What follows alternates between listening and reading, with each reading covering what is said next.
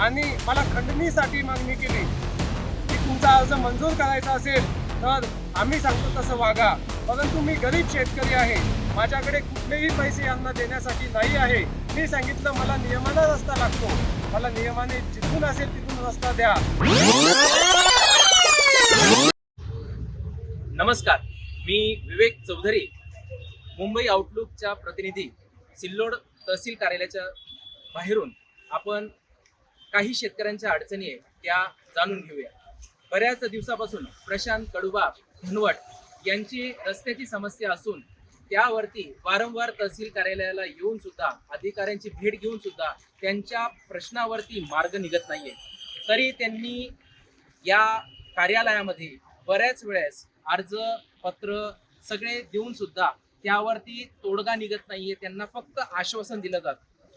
काही गोष्टींवरती दुर्लक्ष करण्यासाठी यांनी माननीय बावनकुळे साहेब यांनाही पत्र लिहिलेलं आहे, परंतु कोणाही कडून त्यांना पाहिजे तसा प्रतिसाद मिळालेला नाहीये. शेतकऱ्यांचा जो पीक आहे तो त्यांच्या शेतातच आहे आणि त्या जाण्या येण्यासाठी त्यांना रस्ता असून सुद्धा त्याच्यावरती त्यांना जाण्या येण्यासाठी प्रतिबंधित करण्यात आलेला आहे. आणि यासाठी त्यांनी वारंवार तहसील कार्यालयावरती भेट घेऊन वेळोवेळी त्यांनी अर्ज दिलेले आहेत.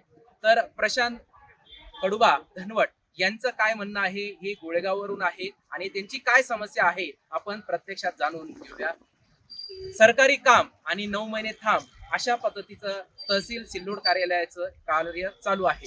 त्यासाठी मी प्रशांत भाऊंना त्यांचे मनोगत व्यक्त करण्यासाठी मुंबई आउटलुक या चॅनलच्या माध्यमातून त्यांचा आवाज बुलंद करत आहे.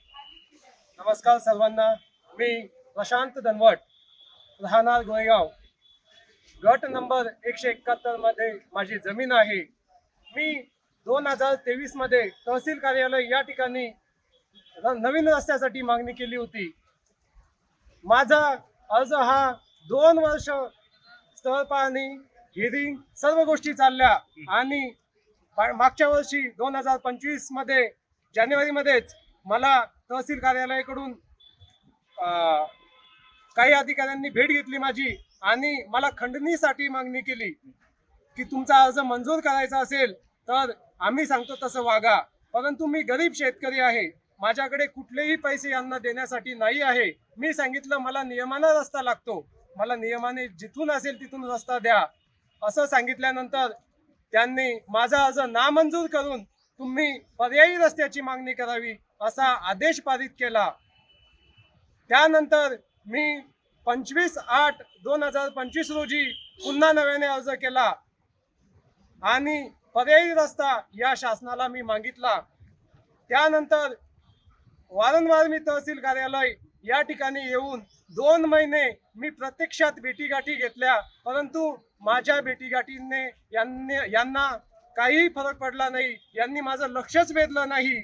नंतर मी 3 वेळेस स्मरणपत्र दिल्यानंतर तरीही त्यांना काहीच फरक पडला नाही. नंतर आज 9 वेळेस मी स्मरणपत्र दिलं की मला रस्ता द्या, मला रस्ता द्या, परंतु कुठलीही दखल माझी घेतलेली नाही आहे. त्यानंतर मी तालुक्याचे आमदार माननीय श्री अब्दुल सत्तार साहेब यांनाही निवेदन दिलं. यांनीही स्वतः तहसीलदार साहेबांसोबत बोलणं केलं, परंतु त्यांच्याही कडे यांनी लक्ष दिलं नाही. मी इथंच थांबलो नाही तर मी नागपूर या ठिकाणी जाऊन माननीय महसूल मंत्री चंद्रकांत बावनकुळे साहेब यांना निवेदन दिलं आणि तहसीलदार साहेब आणि चंद्रकांत बावनकुळे साहेब यांचे OSD यांचं या भ्रमणध्वनीद्वारे बोलणं देखील करून दिलं, परंतु यावरही काही उपाय निघाला नाही. माननीय चंद्रकांत बावनकुळे साहेब यांनी विधान भवनामध्ये सांगितलं की जर शेतकऱ्याने अर्ज दिल्यानंतर 90 दिवसाच्या आत तो अर्ज निकाली नाही काढला, संबंधित अधिकाऱ्याला निलंबित करेल असं त्यांनी सांगितलं. परंतु अधिकारी कुठेही चुकत नाही आहे. एवढं देऊनही त्यांना काहीच फरक पडत नाही. मग शेतकऱ्यांनी जायचं कुणाकडं? मी इथंच थांबलो नाही तर मी उपविभागीय दंड अधिकारी साहेब यांनाही निवेदन दिलं, यांनाही अर्ज केला, यांनाही विनंती केली, पण त्यांनी त्याच्यावर काही दखल घेतलेली नाही. मग माझ्या शेतीला रस्ता आहे किंवा नाही असा प्रश्न मलाच निर्माण झालेला आहे. या बाबतीत तहसीलदार साहेब यांना मी हेही सांगितलं की आपण स्वतः स्थळ पाहणी करावी. माझ्या शेतीला पूर्व, पश्चिम, दक्षिण, आग्नेय, वायव्य, ईशान्य 10 दिशांपैकी कुठल्याही दिशेने मला रस्ता द्या, तो मला मान्य राहील. पण आज रोजी माझ्या शेतामध्ये जाण्या येण्यासाठी रस्ताच नाही. माझी जमीन पडीत आहे. पावसाळ्यामध्ये जे पीक लावलेले आहे ते मकाचे पीक, मकाचे कणस आजही माझ्या शेतामध्ये पडून आहे. मग आज माझ्यावर आत्महत्या करायची वेळ आलेली आहे. हा कुठला न्याय झाला की आपण इतका अर्ज देऊन देखील दखल घेत नाही. आम्ही न्याय कोणाकडे मागायचा हा प्रश्न माझ्या मनामध्ये निर्माण झालेला आहे. मी यांना बऱ्याच वेळेस सांगितलं, जर मला रस्ता मिळाला नाही, माझ्या शेतामध्ये येण्या जाण्यासाठी मला कुठलंही साधन उपलब्ध नाही आहे, मला लोकांचे पैसे द्यायचे आहे, जर तो माल मी आणू शकत नाही तर मला आत्महत्या केल्याशिवाय पर्याय नाही. परंतु एवढं सांगून देखील प्रशासन त्याच्यावर लक्ष देत नाही. ही अत्यंत दैवी घटना आहे. मी या मुंबई आउटच्या माध्यमातून सर्वांना विनंती करतो की सर्वांनी याकडे लक्ष द्यावे आणि मलाच नाही तर तालुक्यातील सर्व शेतकऱ्यांना न्याय मिळवून देण्यासाठी सहकार्य करावे. धन्यवाद. धन्यवाद.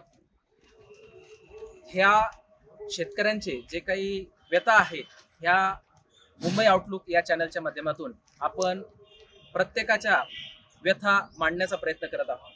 प्रशांत भाऊचं जे काही शेतीचं उत्पन्न आहे, पीक आहे, ते अजून सुद्धा शेतात आहे, परंतु गट नंबर 170 आणि 171चा जोडणारा जो रस्ता आहे तो काही कारणास्तव किंवा काही हलगर्जीपणामुळे अधिकाऱ्यांची असेल किंवा कोणाची असेल तर त्यांच्या कारवाई न झाल्यामुळे किंवा त्या रस्त्याला कोणीही विरोध दर्शवलेला असून सुद्धा, त्या रस्त्याची मागणी असून सुद्धा तो व्यवस्थित झाला नमुळे आज या प्रशांत भाऊचं ही व्यथा आपल्या मुंबई आउटलुकच्या चॅनलच्या माध्यमातून आपण हे केलं आहे.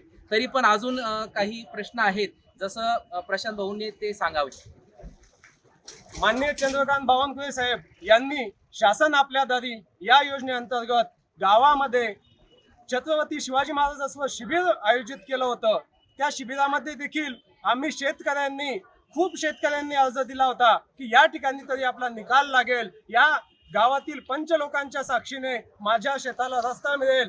प्रत्येकाच्या अडचणी घेऊन तिथं आले होते, परंतु माननीय तहसीलदार साहेबांनी आयोजन तर केले परंतु त्या शिबिरासाठी उपस्थितच राहिले नाही. शिबिर फक्त कागदावरच घडवलं. आम्ही दिलेले अर्ज घेऊन घेतले, नाव लिहिलं आणि सह्या घेतल्या. कुठल्याही त्या शिबिराचा कोणालाही फायदा झालेला नाही. याची तक्रार मी स्वतः बावनकुळे साहेबांकडे देखील केलेली आहे, परंतु त्यांनी याकडे लक्षच दिलेलं नाही. या महाराष्ट्रामध्ये फक्त कागदपत्री न्याय चालू आहे. कोणाला काहीच घेणं नाही. शेतकरी मरो अथवा जगो, काहीच घेणं देणं नाहीये. धन्यवाद.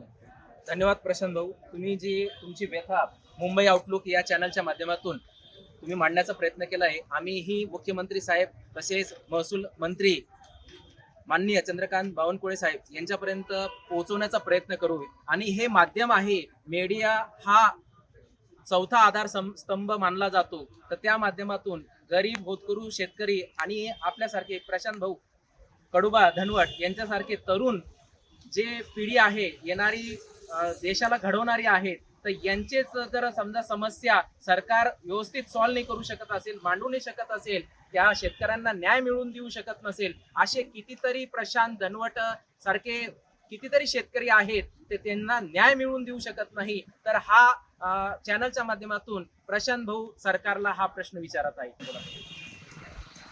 माझं नाव सुदाम माधवराव टेंपुडे, मी राहणार रेणगाव, तालुका सिल्लोड, जिल्हा संभाजीनगर. माझ्या शेतात जाण्यासाठी कसलाही रस्ता नाही. आमचा माल आतापर्यंत अजून सुद्धा वावरामध्ये पडलेला आहे. आता ते काढा कसा नाही. पहिले एकदा अर्ज द्यायला पहिले ते जाऊ देत होते, अर्ज दिल्यामुळे त्याची गेली दुखून, त्याच्यामुळे आता ते जाऊ देत नाही. त्याच म्हणजे आता अर्ज द्यायला तुम्ही कोणी उडंबे वापरा. आता आम्हाला जा कुठून पारसेसांनी इथे तहसीलला 4थी 5वी चक्कर आहे. अर्ज इथं द्यायला मंडळ अधिकाऱ्याकडे जा, मंडळ अधिकाऱ्याकडे अर्ज दाखवा, त्याच्याकडे दावला, त्यानं पंचनामा केला, ते काय लिहितो काय माहिती, लिहिलं नाही लिहिलं. पंचनाम्याचं झाला पंचनामा झाल्यानंतर आम्हाला काही त्याच्यानंतर काही भेटलंच नाही. बा होणार आहे का नाही होणार आहे. आता परत आलो तहसीलला. आता काय बावनकुळे साहेब म्हणे 143 कलम मधून तुम्ही अर्ज द्या. आता 143 मधून डबल अर्ज दिला. आता पाहू भेटतो का नाही भेटत. माधवराव संध्याराव कांबळे, भराडी सिल्लोड तालुक्यातील भराडी गाव या येथील रहिवासी असून माझ्या गट नंबर 94 आहे आणि त्या शेतामध्ये जाण्यासाठी माझं सर्व पीक पडलेलं आहे वावरामध्ये आणि जाण्यासाठी रस्ता नाही. शेजाऱ्याने सगळं अतिक्रमण केलेलं आहे. अतिक्रमण केलेलं आहे शेजारी. आणि माझा म्हणजे वैयक्तिक रस्ता नाही, तो जुना बोरगाव भराडी हा रस्ता आहे जुना. अच्छा, शिव रस्ता आहे तो. शिव रस्ता आहे. हो. तरी शेजाऱ्या पाजाऱ्या सगळ्या गावात सगळ्याला सांगून सुद्धा कोणी ऐकायला तयार नाही. बरोबर. त्याच्यामुळं मला आता इकडे अर्ज न्याय करायला मागण्यासाठी तुम्ही तहसील कार्यालयात आलेले आहात. हो.